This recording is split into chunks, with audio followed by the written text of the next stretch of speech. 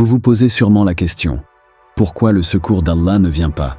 En effet, nous voyons nos frères et sœurs de Palestine et de Gaza subir des massacres, des injustices, des oppressions, sans que nous puissions faire grand-chose pour les aider. Nous nous sentons impuissants, tristes, en colère, et nous nous demandons où est la promesse d'Allah, où est son aide, où est sa victoire.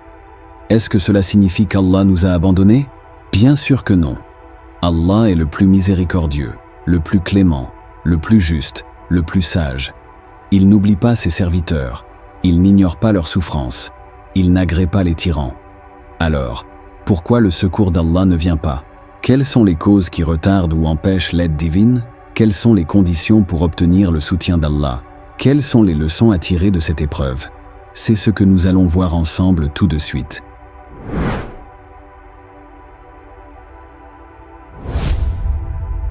Tout d'abord, il faut savoir que le secours d'Allah est toujours proche, mais qu'il vient selon la volonté et la sagesse d'Allah, et non selon nos désirs et nos impatiences. Allah dit dans le Coran, « Et cherchez secours dans l'endurance et la prière. » Certes, la prière est une lourde obligation, sauf pour les humbles qui ont la certitude de rencontrer leur Seigneur et de retourner à lui. Sourate 2, verset 45. Allah dit aussi, « Et si vous êtes endurants et pieux, leur ruse ne vous causera aucun mal. Allah connaît parfaitement ce qu'ils font. » Sourate 3, verset 120. Allah dit encore, « Et soyez endurants, car Allah est avec les endurants. » Sourate 8, verset 46. Ces versets nous montrent que la patience est une condition essentielle pour obtenir le secours d'Allah. La patience, c'est de rester ferme dans l'obéissance à Allah, de s'abstenir de lui désobéir et de se résigner à son décret. C'est de continuer à faire le bien, à appeler au bien, à repousser le mal, à lutter pour la vérité, à se battre contre l'injustice sous toutes ses formes et de toutes nos forces. La patience, c'est aussi de persévérer dans la prière, dans l'invocation, dans le repentir, dans la gratitude. C'est de supporter les épreuves. C'est aussi de savoir que tout ce qui nous arrive est un bien pour nous, même si nous ne le comprenons pas, et que tout ce qui nous arrive est une expiation pour nos péchés, une élévation de notre degré, une occasion de nous rapprocher d'Allah. La patience, c'est aussi savoir que tout ce qui nous arrive est temporaire, et que la vraie vie est celle de l'au-delà. C'est de savoir que tout ce qui nous arrive est une épreuve, et que toute épreuve est un test, et que tout test est une opportunité, et que toute opportunité est une chance, et que toute chance est une grâce. Être patient, c'est de savoir que le secours d'Allah ne vient pas sans effort, sans sacrifice. Ensuite, il faut savoir que le secours d'Allah est lié à notre sincérité, à notre foi, à notre piété. Allah dit dans le Coran, « Et Allah soutient, certes, ceux qui le soutiennent. Allah est, en vérité, fort et puissant. » Sourate 22, verset 40. Allah dit aussi, « Et Allah aime ceux qui combattent dans son chemin en rangs serrés pareils à un édifice renforcé. » Sourate 61, verset 4. Allah dit encore, « Allah prend la défense de ceux qui croient. Allah n'aime aucun traître ingrat. » Sourate 22, verset 38.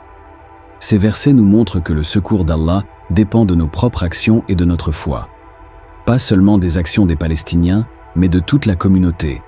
Pensez-vous réellement qu'aujourd'hui, la communauté est totalement soudée? Concernant ce sujet, le prophète, sallallahu alayhi wa sallam, a dit « Celui qui est témoin de l'avilissement d'un musulman, alors qu'il peut le défendre et ne fait rien, Allah l'humiliera devant toute la création le jour du jugement. » Parlons aussi de tous les martyrs, qui meurent sous les bombes injustes. Allah nous dit « Ne pensez pas que ceux qui ont été tués dans le sentier d'Allah soient morts. Au contraire, ils sont vivants auprès de leur Seigneur, bien pourvus et joyeux de la faveur qu'Allah leur a accordée, et ravis que ceux qui sont restés derrière eux et ne les ont pas encore rejoints ne connaîtront aucune crainte et ne seront point affligés. Ils sont ravis d'un bienfait d'Allah et d'une faveur, et du fait qu'Allah ne laisse pas perdre la récompense des croyants. » Sourate 3, versets 169-171. En tant que musulmans, il est très difficile de voir nos frères et sœurs en Palestine et dans le monde souffrir autant. Nous devons sans cesse invoquer pour eux, mais surtout nous réformer rapidement. Ne jamais rater une prière, toujours avoir le bon comportement, ne jamais oublier Allah. Car tout malheur qui nous atteint ne vient que de nous-mêmes. Tout malheur qui vous atteint est due à ce que vos mains ont acquis. Sourate 42, verset 30. En voyant de tels événements catastrophiques se produire, le message est clair. Nous devons tout faire pour que la communauté soit unie.